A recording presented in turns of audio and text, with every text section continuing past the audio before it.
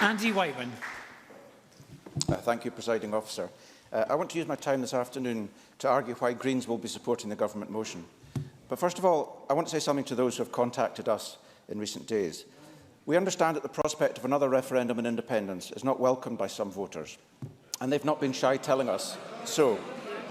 We respect their sincerely held views. We also understand why there's so much anxiety, because for some people, the referendum in 2014 was not the joyous civic carnival that it's sometimes portrayed as.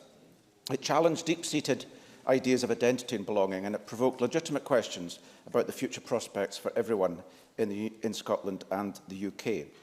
In 2014, voters rejected independence, and nothing I say today changes or is intended to disrespect that important vote. Today, we're facing a very different situation, and whatever transpires over the coming years, as politicians, we are responsible for setting the tone of public discourse, and I'm committed to engaging in debate and discussion with respect, with tolerance and with empathy. So where do the Greens stand on this issue? Green politics rests on 4 pillars: peace, equality, environmental sustainability and radical democracy. We are a party of social and environmental justice. We support a radical transformation of society for the benefit of all and for the planet as a whole. We understand that there are threats to economic, social and environmental well-being. When we recognise that those are part of the same problem, we further recognise that solving one of these crises cannot be achieved without solving the others. And as part of our commitment to radical democracy, and contrary to many assertions currently being made, Scottish Greens have had a long-standing policy of supporting an autonomous Scotland. The party was founded in 1990, and in a comprehensive policy document published in March that year, we stated that, and I quote, "The Scottish Green Party supports demands for an independent, self-governing Scotland, as throughout Europe, Green parties support other local demands for regional autonomy." End quote. And in the manifesto for the first Parliament elections in 1999, we stood on a manifesto calling for a referendum on greater independence for Scotland, as part of a programme of radical democracy to reach far beyond a Scottish Parliament, to embrace genuine local democracy and fiscal autonomy.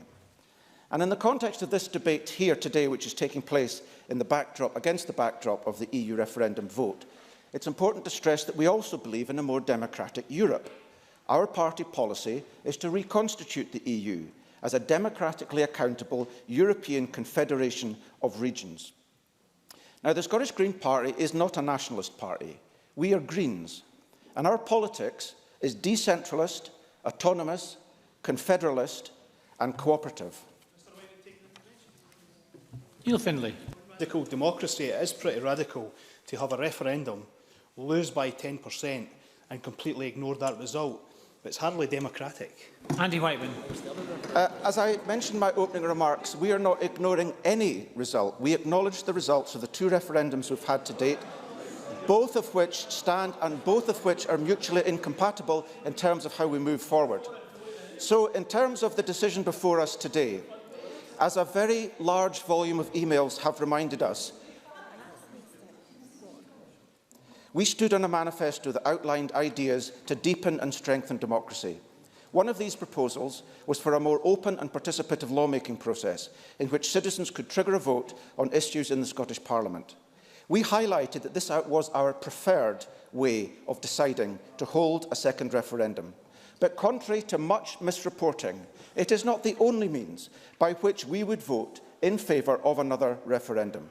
The 2 clearest indications of the will of the electorate to date have been the independence referendum vote in 2014 and Scotland's Remain vote in 2016. Now, they are clearly incompatible without a further choice, and our party remains as committed as we always have been to autonomy, to self-government, to independence and to confederalism.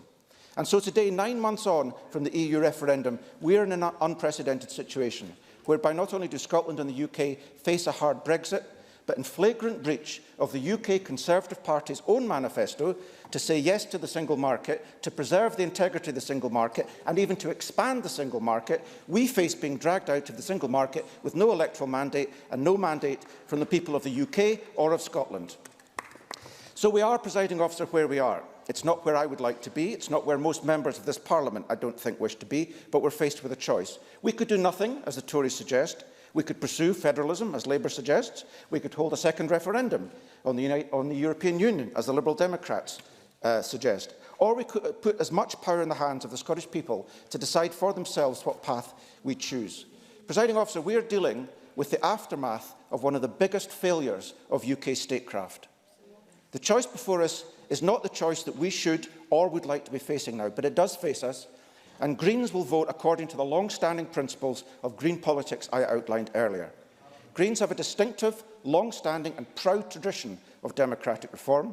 We wish to see important decisions about the future of Scotland being put in the hands of the Scottish Parliament and the residents of Scotland. We have no difficulty in supporting the motion to give the First Minister the mandate to seek the powers under a Section 30 order for the Scottish Parliament to determine for itself the terms of a future independence referendum.